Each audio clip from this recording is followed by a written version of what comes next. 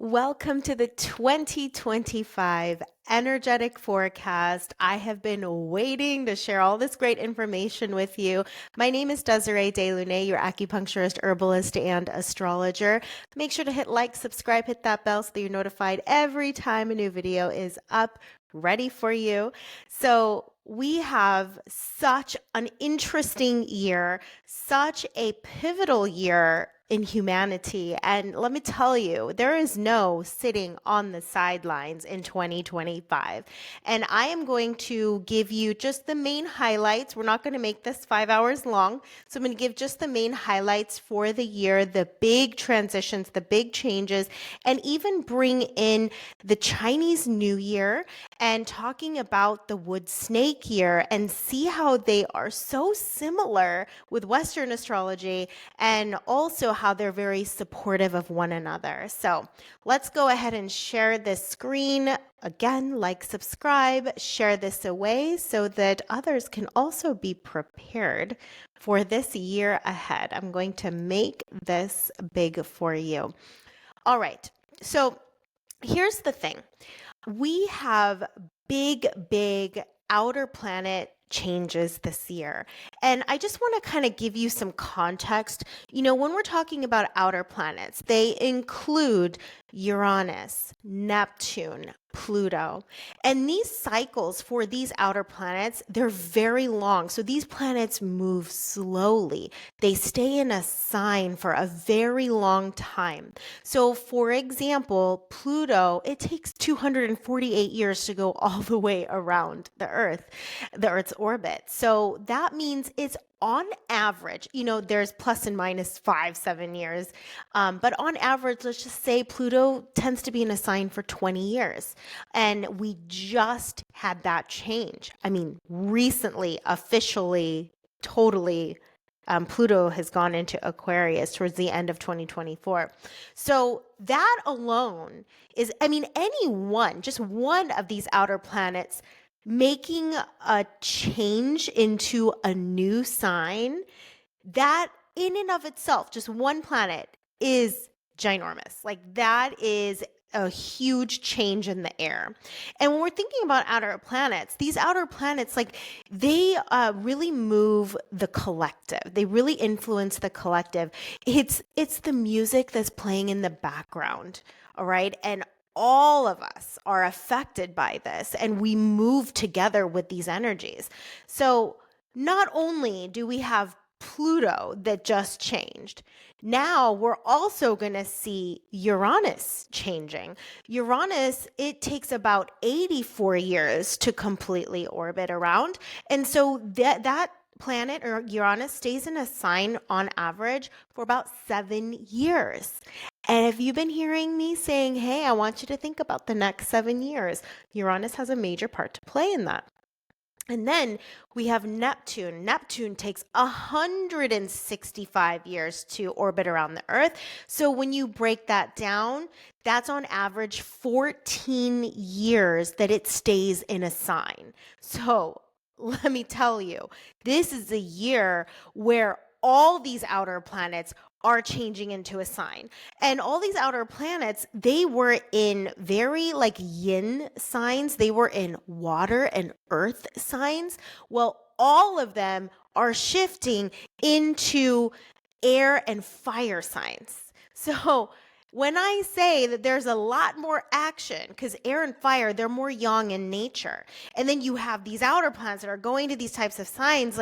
We have a completely different energetic landscape that all of us are walking through and moving through. We are forced to change. We are forced to evolve. There is no way that anybody is going to escape it. If they escape it, it's probably because they've checked out of life and they're done and they don't want to deal with the intensities and the different landscape. The way that I also look at it as, long ago, you had people who were trying to find new lands. I think about the Vikings because I just finished that whole series. But they were looking for new lands constantly, right? And that's kind of what we're going through. All of us are going into these new territories. We're going to these new energies. And we don't have a concept of this. We haven't lived through this type of configuration. So it's a brand new world. This is brand new lands, and we get to create what we want out of it. This is pioneering type of energies.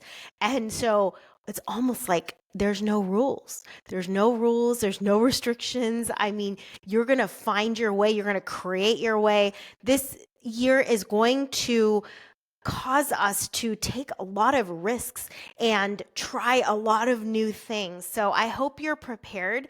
I hope you're ready and excited for that kind of energy. And we're going to break down. I'm not going to go through every single month, but I'm going to go through the months where I feel that are pretty notable and they really capture the essence of the whole year. Okay, so let's begin. We are going to start with January 11th here.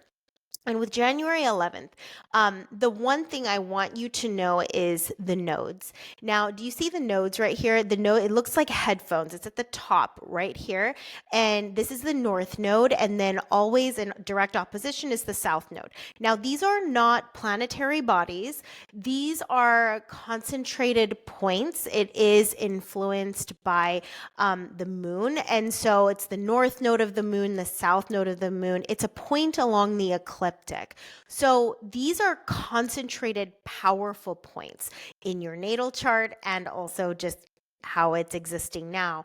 Now, why I'm pointing out January 11th is because the North Node has transitioned, and it has transitioned into the sign of Pisces. It was on January 10th, and for the last 18 and a half months, it has been in Aries, okay? It has been in Aries and Libra, whereas now it is transitioned to North Node in Pisces and South Node in Virgo.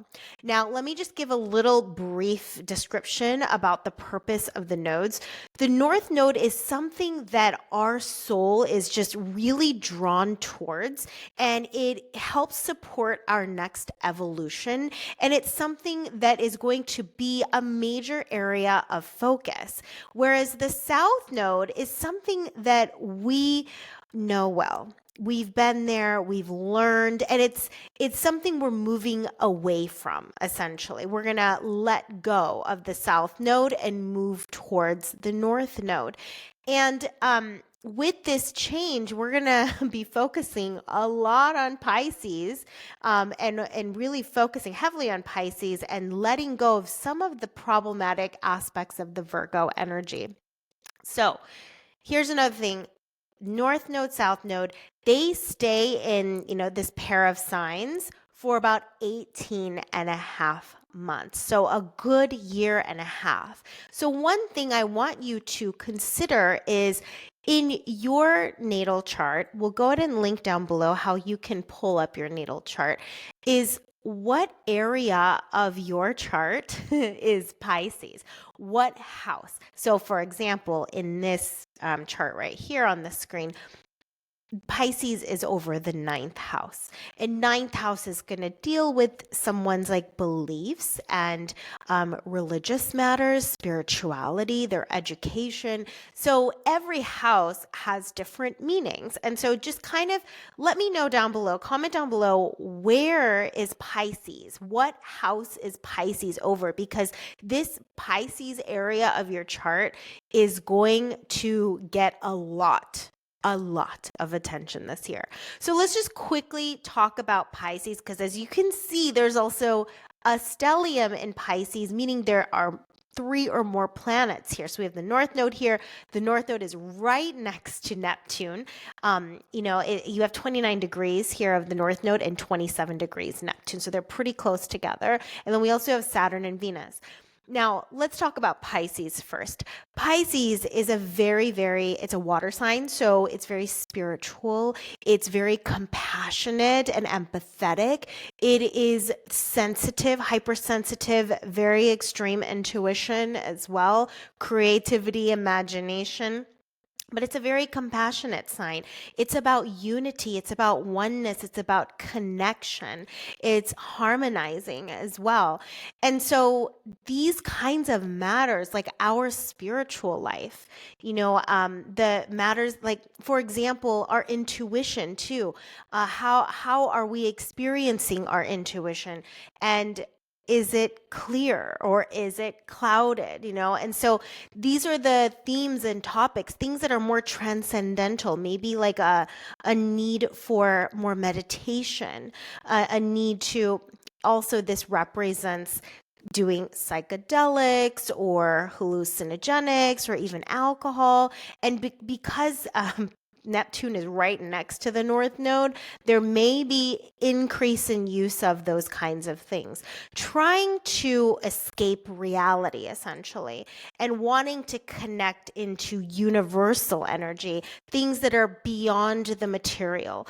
This is what Pisces cares about. It cares about truth and just matters of the spirit. So with Neptune being so close, though, there are some challenges. We might have more confusion. We might have more delusion. And we're also going to probably have more sensitivity. And so if you classify yourself as a hypersensitive, as an empath, even more so, building your boundaries and having really good energetic hygiene practices day in and day out is going to be instrumental, I mean vital, for your well-being and your ability to move gracefully through this year, because it's very fast-paced and there is a lot more permeability and sensitivity that is coming because of this North Node in the Pisces part of our charts. So here's where South Node is. Now, South Node is in Virgo. So Virgo is very rational in its approach. It's very logical. It's analytical. It is perfectionistic and can be very self-critical and judgy, okay, judgmental and harsh. And so what is happening is we're being called to let go of that as a collective, all right? We're going through this together. As a collective, we're being called to let go of overthinking things too much, and also like letting go of the need for things to be perfect before we start. Yes. And so here with Pisces, North Node Pisces, it's like, okay, just have faith and hope and trust in yourself, trust in your gut, trust in your intuition. Go with that more. It's not that we completely abandon our, strategic thinking and analyzing and our reason and our rationality. Like, it's not about completely abandoning it, okay, because that's just not healthy. We have to have both. But lean heavily. Here's what it's saying. Lean heavily on first starting with intuition and gut feelings and heart knowings. Lean heavily there, and then following behind that will be the rationality, will be the logic and reason. So just I'm talking about the shadow version of Virgo, which is that being too critical, too harsh, too perfectionistic, too just not being adaptable and not being fluid. And if you think about water sign is extremely fluid and flowy. So we want more of that and less of the rigidity that sometimes the over controlling nature that Virgo can offer us. We want to start letting go of that more. Okay, so that gives you an idea of a major theme, because look, the North Node and South Node determine when we have an eclipse. So that's how we know if we have an eclipse, is when like the moon is near these nodes during a full moon or new moon. So you'll see in the future charts, and I will show you. But this theme, Pisces-Virgo axis, this is a very important axis. So look in your chart and pay attention to what house it's over. Now, January 29th is officially the Chinese New Year, and it is the year of the wood snake. It's also a new moon because look, moon and sun are next to each other, and it's a new moon in Aquarius. But first, I kind of want to talk about the Chinese New Year, and it is a wood year. Wood has to do with new beginnings, new births, okay? New growth and development. It's very vigorous, it's very active, it's very vibrant. Wood has to do with the spring. So coming out of the winter season, and then we have like sprouts coming up through the ground. We have trees growing, leaves are filling up the trees. We have flowers blooming. So it's very colorful. It's very vibrant. It's very active. It's new creation. It's new birth, new beginning. So we have that energy all through the year, which I think is just so perfect with all the Western astrology, because I have been saying over and over again that this year of 2025, it's the beginning of a major cycle in humanity. It is the beginning of a new era, of a new empire, kind of like the beginning of the Renaissance or the beginning of, smartphones. Like there's life before and after that period, correct? And so this is a very, very prominent year in the history of our lives. We'll always remember it, just like the pandemic, right? That was very memorable. There was life before and after. So this is another one of those years. This is not just going to be some like humdrum, dull, another year just passes by without much going on, then same. No, there is no same anywhere. There is no same anywhere. All right, so let's talk a little bit more about the snake. So the snake represents new renewal, actually, because it's about shedding the old skin. So that's perfectly in alignment with even the wood element. It is about patience. Okay, it's very strategic and analytical too, and it holds a lot of wisdom. It can be quite mysterious, and it is about adapting to new environments. That is something the snake gives us. It gives us flexibility. It gives us intelligence. Snakes are very intelligent. It can resolve conflicts, and it can adjust and learn and be creative when it needs to. Talk about creativity and planning. Those are also major themes throughout the year as well. It's a very intense. The snake is also very intense in the way that it connects with others. So deep relationships, okay, like very intimate emotional connections, strengthening our relationships. That'll probably be happening a lot more too. So what's great about the wood snake is that it is going to help support us in long-term projects and give us success with long-term projects. The things that we give birth to in 2025, they are going to be sticking around for several years. This is the beginning, okay? This is the beginning of a major personal cycle for every single one of us. So that's why I said, I don't want you to think about, these New Year's resolutions or intentions or things of that nature.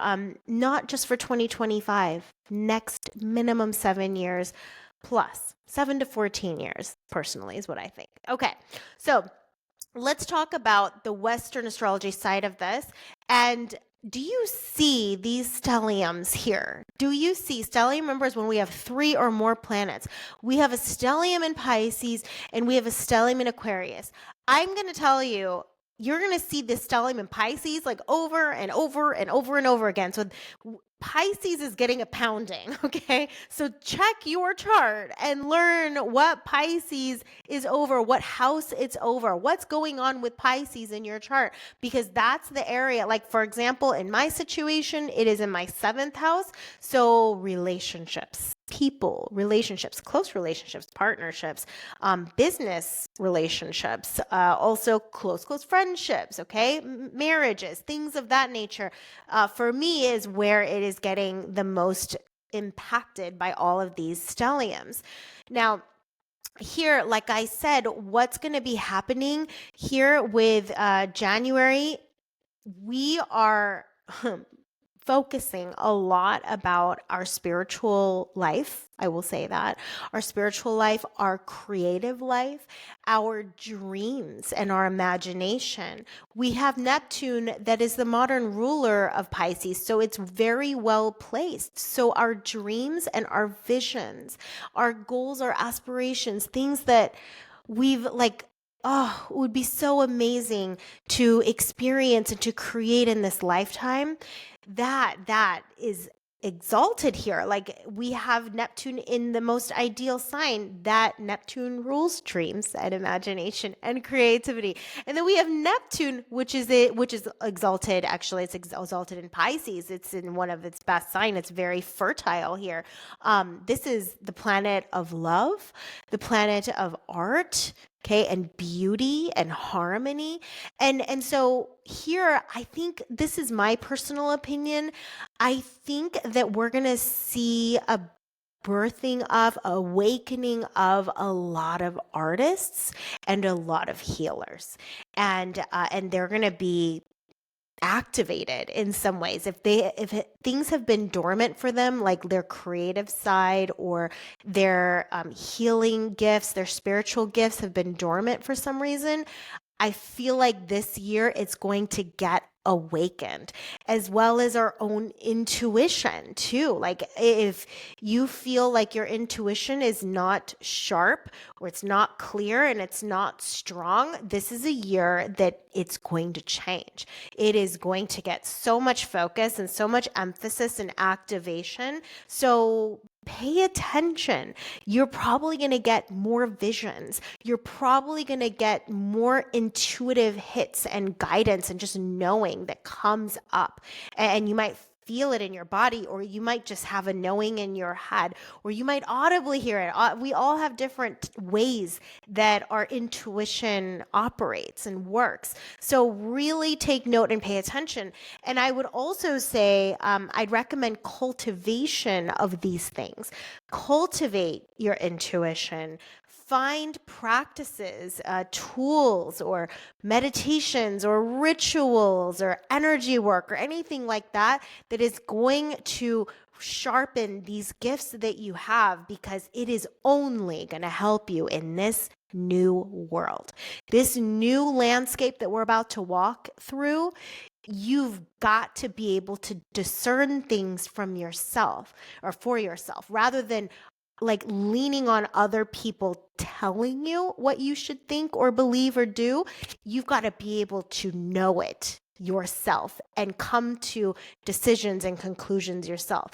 And, it's very important, this cultivation that you do of your intuition and discernment, because this can also, on the shadow side, because it's so extreme, can create more confusion and more delusion.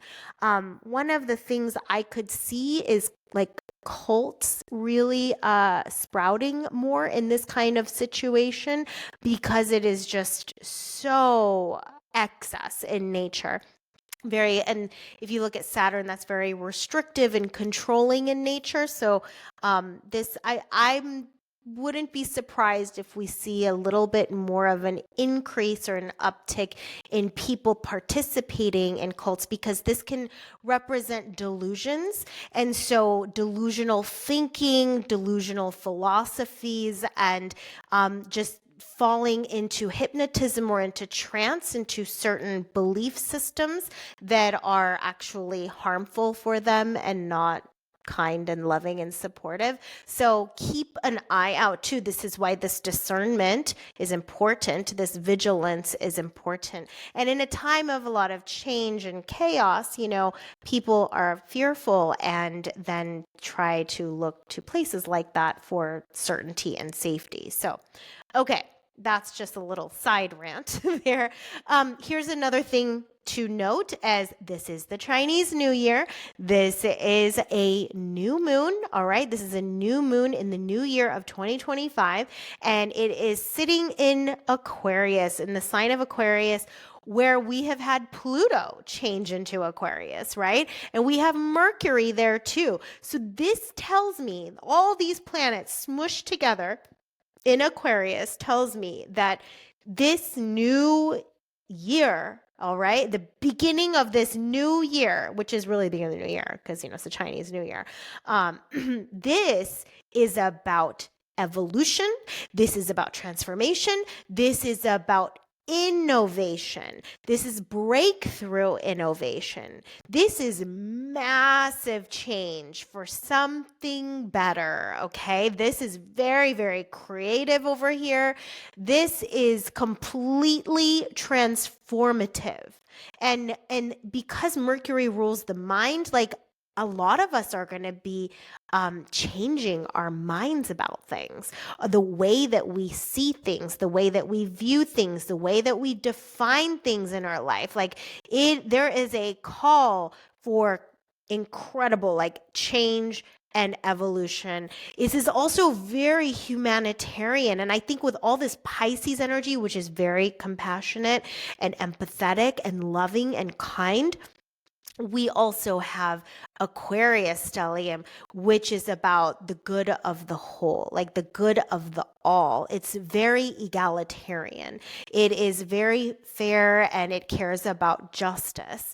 And so all of this together, like I feel like a majority of the humans, obviously there's exceptions, but majority of the humans on this planet, there's going to be this desire to be unified and together and bonded and working together on a united front for the betterment of the earth and the betterment of ourselves, of humanity. So that I feel like there is going to be this powerful awakening that is happening almost like in unison. We're doing this together. Like we're all on the same page and so many of us are on board to truly make our lives better personally, but also our communities better. So I love the start of this year. Actually, I love the whole year. We'll see how I feel by the end, but just from what I see, and and how it's going to unfold, I like adventure. So if you like adventure and you like change and excitement and betterment and growth, then I think you're going to enjoy this year. Yeah, it might suck at moments. It's going to hurt because there's going to be growing pains, but it's going to be worthwhile. It's definitely worthwhile. Okay. So let's go on to February. I just want to point out here again, do you see this stellium? Do you see we got the North Node, Neptune, Venus, Moon, Saturn? I mean, Pisces again and again and again. So work on your spiritual life. Okay. Work on your intuitive life, your creative life, your imagination. These are things. Have greater hope, have greater faith, trust yourself, trust your intuition.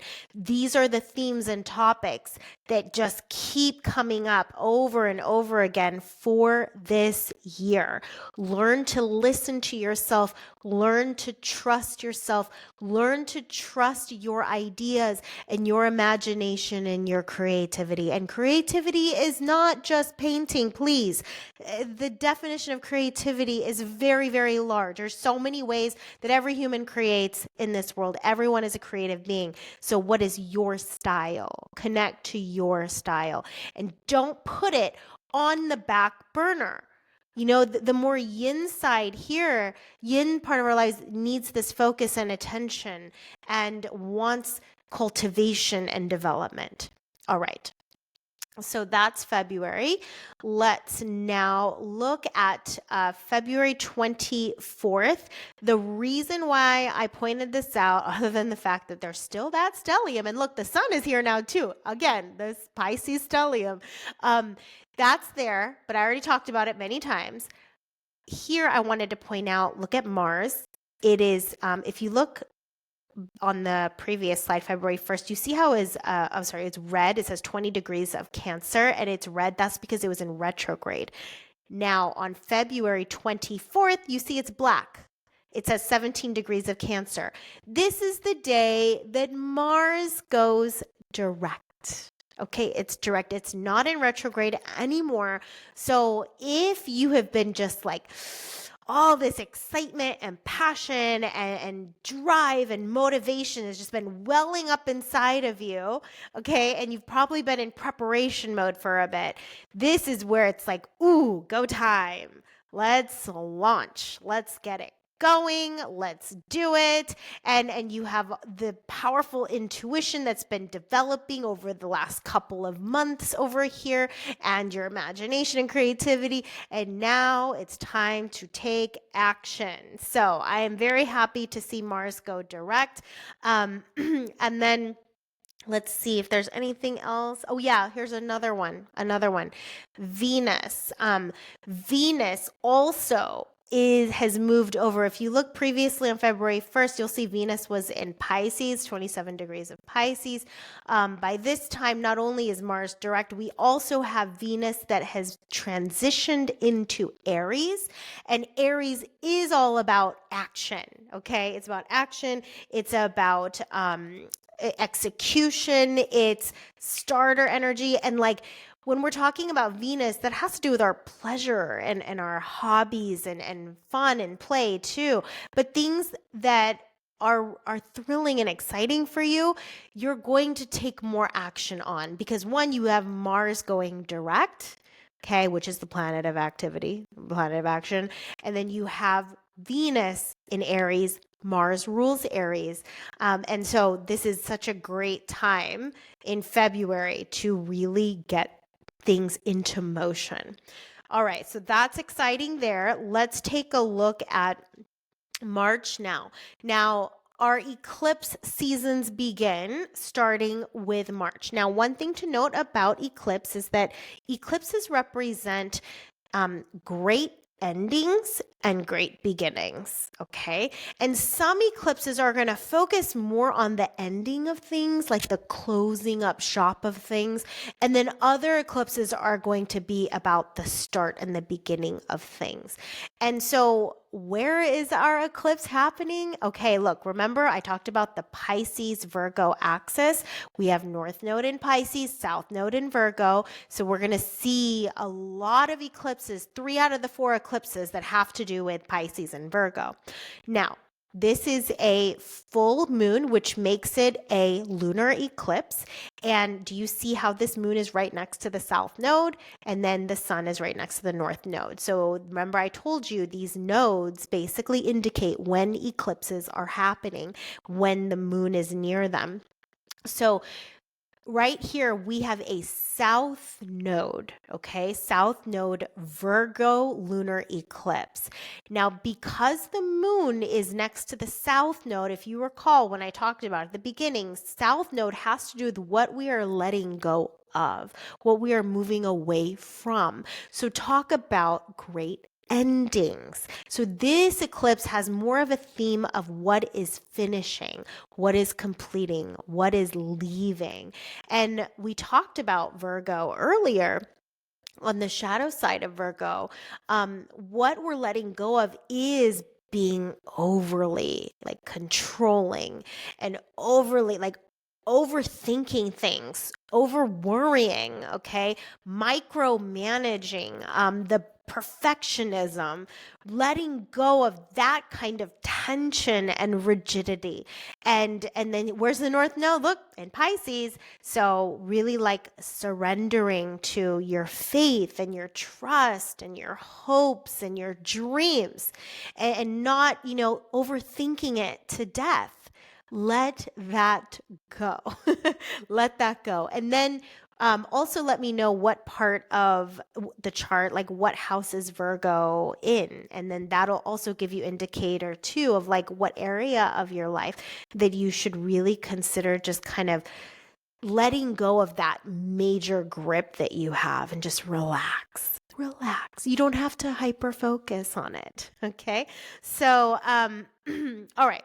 So this is our lunar eclipse. And then on March 29th, this will follow up with a partial solar eclipse.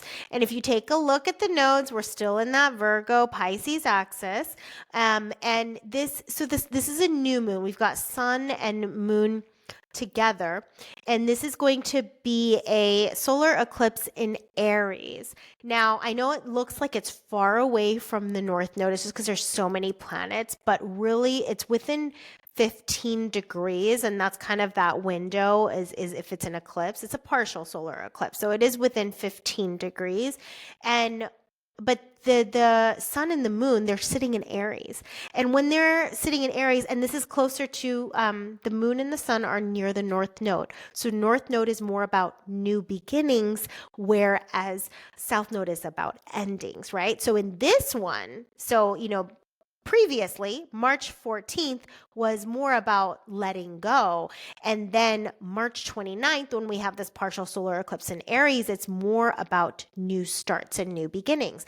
And guess what? Sun and moon is in the first sign of the zodiac, Aries, which is all about new birth, okay? New starts. It's about pioneering things.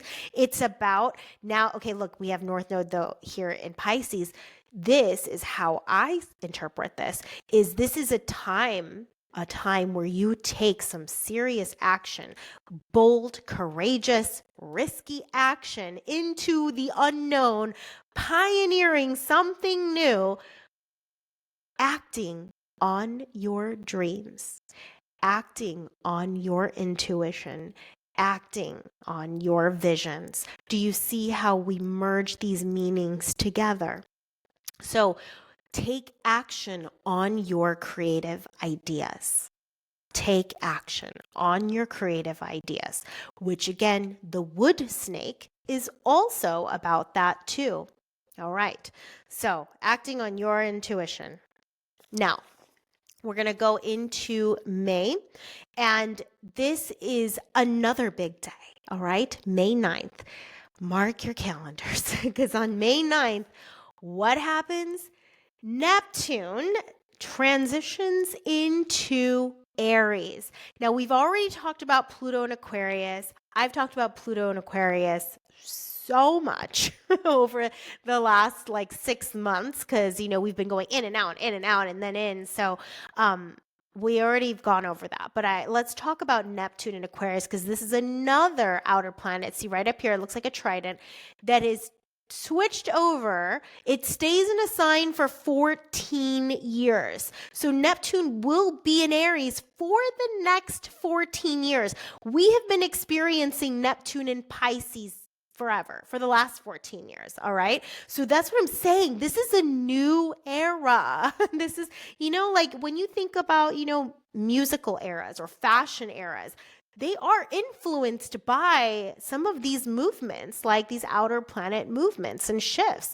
So Neptune in Aries. Let's talk about this. We've got the planet of dreams, the planet of visions, intuition, imagination, creativity, okay, spirituality, that planet in a sign that is about action, being assertive, taking charge, taking leadership, okay, taking risks and pioneering, okay, championing causes with great passion. So here, you know how I was like, there might be some cults on the rise. This is so, yeah, this captures that. Because Neptune, we can see the spiritual warrior. Now that's going to be, kind of like, that could be both. That could be a shadow expression or that could be the higher octave expression.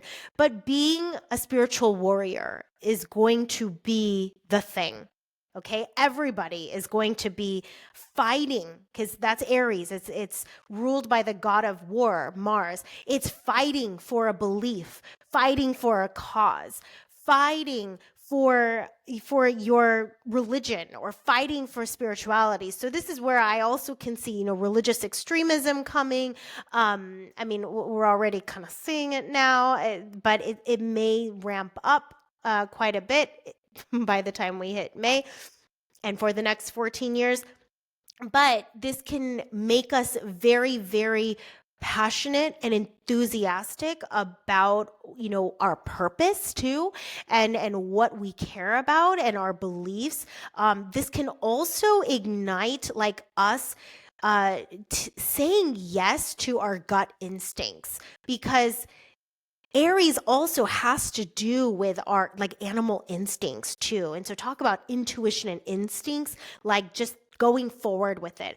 Aries is not hesitant. So if you have been hesitant in your life, if you've been hesitant about your dreams, if you've been hesitant on the sidelines, right, about your creativity, your spiritual gifts, your intuition, these kinds of things, you're going to feel something, that fire inside of you, where you're just like, you know what? I'm just going to own it, and I'm going to trust it, and I'm going to go with it. So we are going to be a bit more of these risk takers out there on our creativity, on our ideas, on our gut feelings as well. So it's very bold. It's very pioneering. It has a strong sense of direction and purpose. So it's going to, like I said, okay, that's fire. It's more active.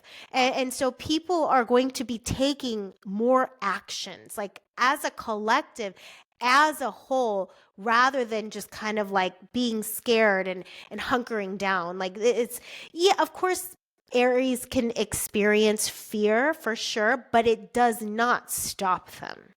It's like feel the fear and do it anyway. That's very quintessential Aries. But taking leadership in your spirituality or becoming a leader, if you are meant to be a leader in some ideology, in some philosophy, or some, faith or religion or something like that, we're going to see people taking the stand and stepping up and like leading others into the truth, or into love, into compassion, into a belief system. Like you're just going to see a lot of warriors right now, a rise in spiritual warriors. I feel like that phrase too is going to become more and more popular. Like it's going to become more of a theme, being a spiritual warrior. Okay. But, it could also mean humanitarian endeavors as well. So just any kind of ideal that you believe in, people are going to fight for it more. People are going to stand up more for what they believe in, is essentially what I'm trying to say. Okay. So that is our May 9th big deal. Okay. Look at this. May 26th, we have another major transition. Saturn also moves into Aries. Now, Saturn, it stays in a sign for a while, but not as long as the outer planets, but it's like the next thing that is slower. And besides the outer planets, when we talked about the Uranus, Neptune, and Pluto. Saturn stays in a sign for 2.5 years. All right. So Saturn has been hanging out with Neptune in Pisces. I'll go back. Okay. Saturn in Pisces for the last 2.5 years. So this is going to be a change. There's a really interesting episode that I watched on Astrology Podcast that talks about music and the eras, and they go over Saturn as actually like one of the major planets that marks the different tones, So like this right here, Aries, is probably gonna be more like rock and roll style, whereas Saturn in Pisces, that's going to be more like the meditative type of music, like the pan drum, like things that are more like journeying meditation music become really popular. So I thought that was just interesting. Total side note.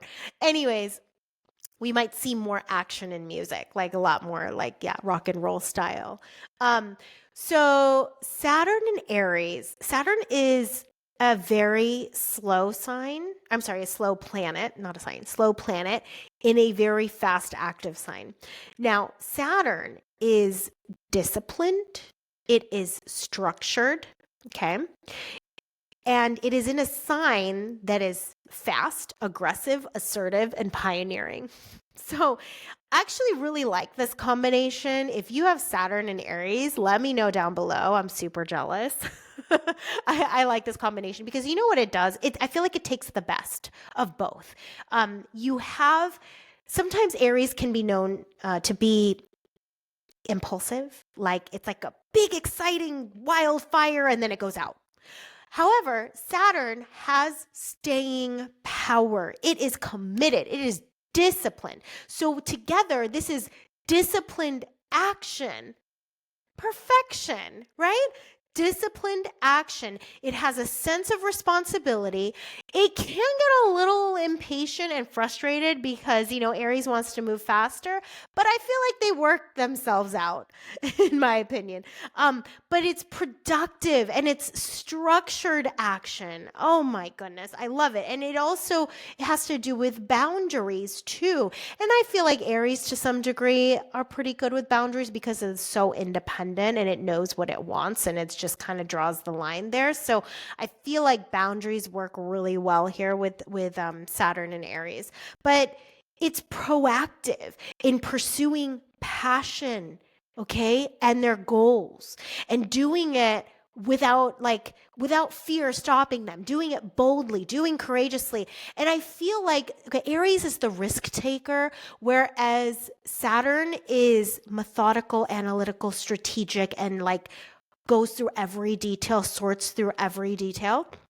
But that's why I feel like it's a good mixture of both, because with Saturn being in Aries, it's going to have to take risks, but it's going to be very calculated risks. Right? How brilliant is that? That's calculated risk taking, not just random risk taking. But then we have the Neptune here now too, which then your intuition is getting sharper and clearer. Mars rules Aries, and Mars is very cutting and specific and sharp. So all of this together to me is wow. If you are going to take a risk, you're going to do it right. It's going to be measured. It's going to be calculated. You're using your creativity. You're using your intuition. I mean, it's a great combination. I love it. I'm super happy about that. Okay, so here's another thing. Remember, Aries is very pioneering. And all of this Neptune, Saturn, and Aries right here, this tells me that people are going to be tired of being told what to do. They're not going to want the government telling them what to do. They're not going to want the education to tell them what to do, the corporation, the institutions, the religion, the whatever. No. People are charting their own ways. I am designing my own way. I am discovering and creating and manifesting my own way. And I have the discipline to do so. It's not just some pipe dream, okay, pie in the sky idea. This is dreams in action and in physical manifestation. Isn't this amazing? This is the time to act on your dreams. This is the time to invest in them and invest the next 7 years in them. We don't need to be afraid. We don't need to hesitate. We have everything on our side to do so. And, look, Pluto is sextile, and then we have the Sun and Mercury in sextile. I mean, just the evolution, the transformation, the growth, it's happening. It is happening, and this is why I'm so excited about it. No more cookie cutter path. You're carving out your own path.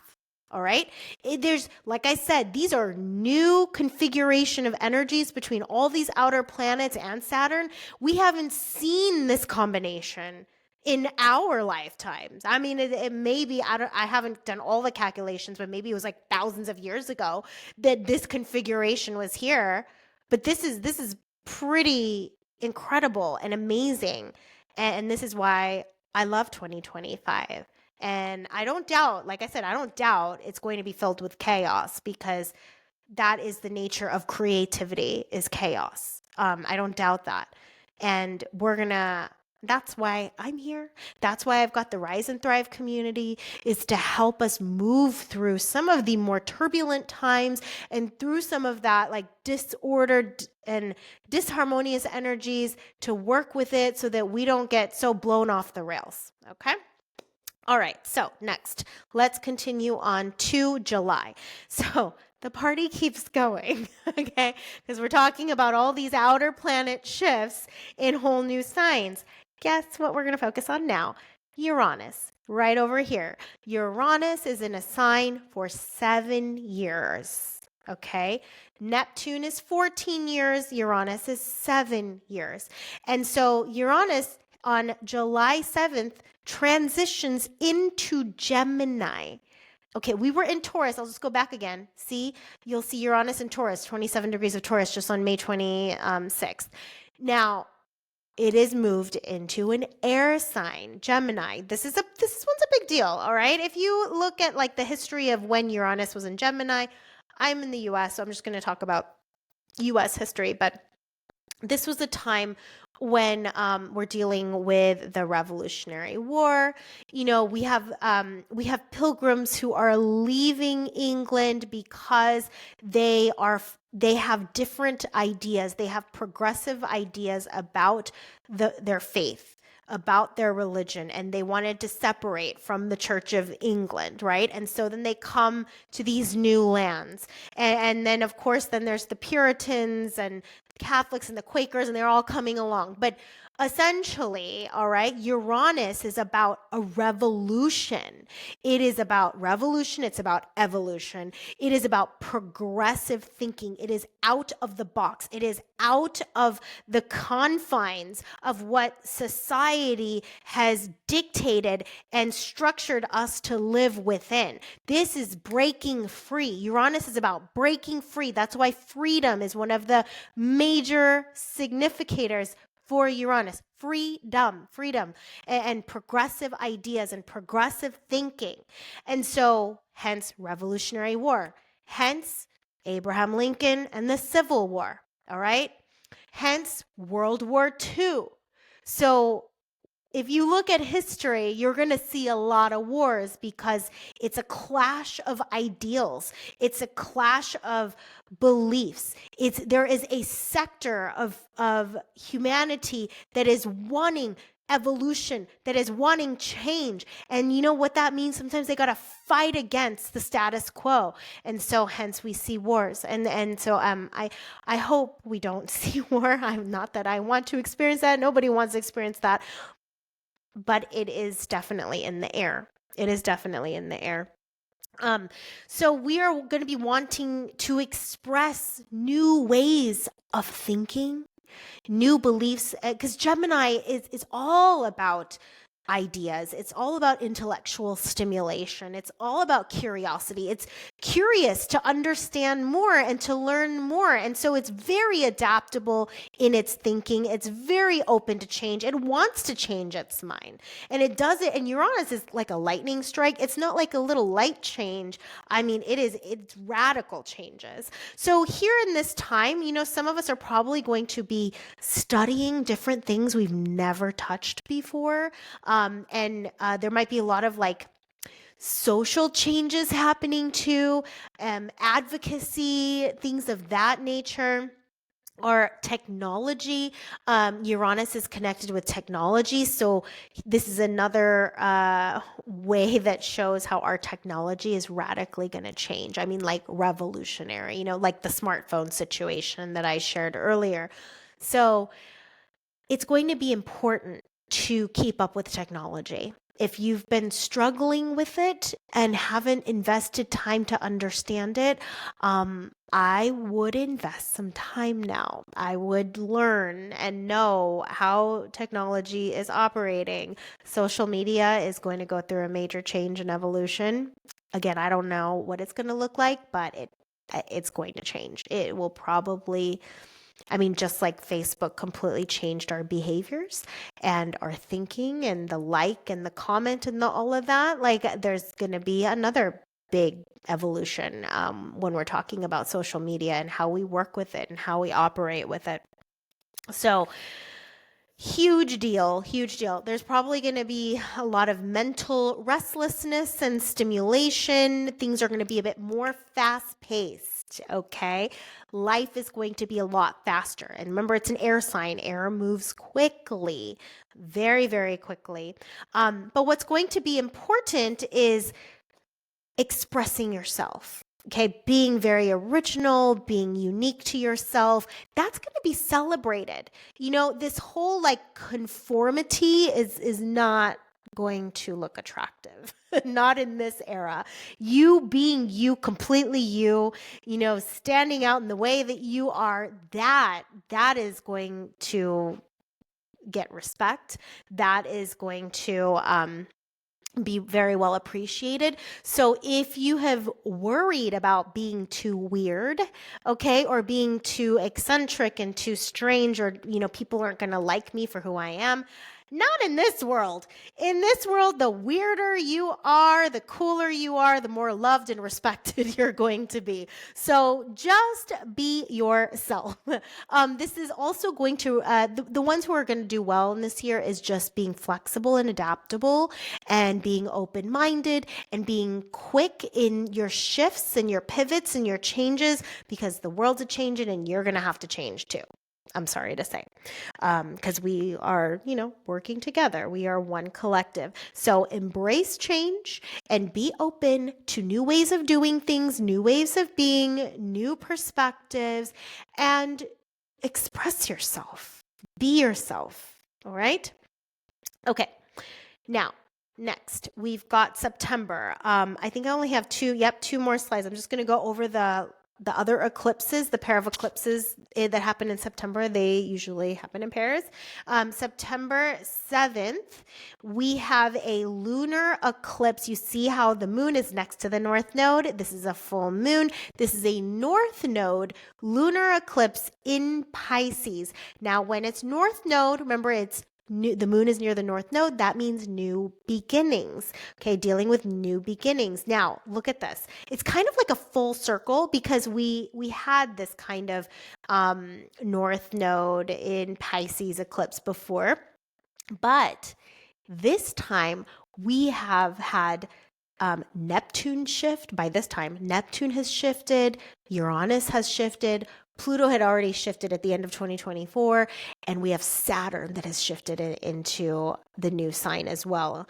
And so we've kind of, you'll see Saturn retrograded back here into Pisces, but we still had the experience. It'll go back into Aries, but we still had the experience of Saturn and Aries. So now that we've had a taste of this whole new world, now what does new beginnings look like? Okay, because now it's kind of like we got a foreshadowing, essentially. Look, there's going to be some retrogrades. Right now, Neptune is in retrograde, and it will eventually it'll dip back into Pisces, but then it'll go direct and then stay in Aries, for that next 14 years. So just like Pluto kind of went in and out between the signs, back and forth for a little bit, and then, for like 2 years, and then it officially went completely into Aquarius. That's going to happen here with Saturn and Neptune, and it'll also happen with Uranus. But for a good chunk of the year, especially in the summertime, we really got a full taste. We got a full experience of what this new era looks like. And so now that you've had the taste, what new beginnings are you going to be planting here, especially in the Pisces sector of your chart, as we've discussed over and over again. But, more matters of the spirit, more matters of the heart, and also our intuition. I think what I'm seeing here is so important that we develop and cultivate our spiritual gifts and our intuition. That is going to be paramount for this next cycle, this next era of humanity. Okay, now on September, we're going to close it out with this is a partial solar eclipse in Virgo, and this is by the south node. You see here's the moon and sun. That's a new moon, and it's by the south node, so it's the letting go. So it's like the final letting go of the perfectionism, of the controlling ways, the criticisms, the judgment, the judging yourself, the micromanaging. But here's another thing. Virgo has to do with hard work, all right? Virgo is like a workaholic. I'm a Virgo rising. I would know. So this is going to be painful for me come September. So what this is saying, this is how I see it. This is how I interpret this, is that we need to let go of this whole grindy, hustly, like hard work, down to the bone, sacrifice, be a martyr type of syndrome, that whole syndrome. It's letting go of that. And then North Node in Pisces is like, we need to trust in the whole. We need to trust in our spirit. We need to trust in universe. Like there's going to be more of that conversation rather than like you doing it all on your own, hard work, but really like it's more of a team. Because that's the thing about Pisces, it's that unity, it's that collective energy. We're doing it together. Everyone's doing their part. And it's much easier when everyone does their share, and we can get much further, faster when we do it together versus all on your own, grinding it out. So that's how I see this. It's a beautiful year. It's a revolutionary year. And I think all of us, each and every one of us, are going to change completely and for the better. For the better, we're going to completely change. We're going to wisen up. We're going to mature. We're going to get stronger in who we are, more clear in who we are and in our purpose and our vision for this world and our lives, and also clear in our spiritual giftings. So that would be a major focus. If you are an empath, hypersensitive, cultivate your gifts. That will take you very, very far for the next 7 years and all of life in general. All right. Well, thank you so much for hanging out with me for this 2025 forecast. I hope that you got a lot from it and feel ready for the year. If you have any questions or comments, please do share down below and do let me know again where Pisces is in your chart. And if you would like to follow along with me throughout the year as I give great corrections and support for any of the more challenging seasons that we're going to walk into, then please join Rise and Thrive. That is my best recommendation. You may also go and do a cosmic clarity consultation if you want to dive deeply more into your chart.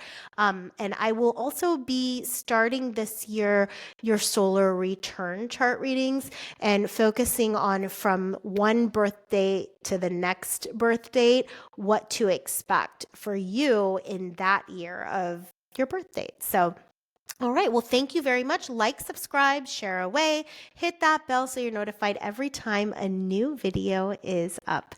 Thank you so much, and we will see you in the next forecast.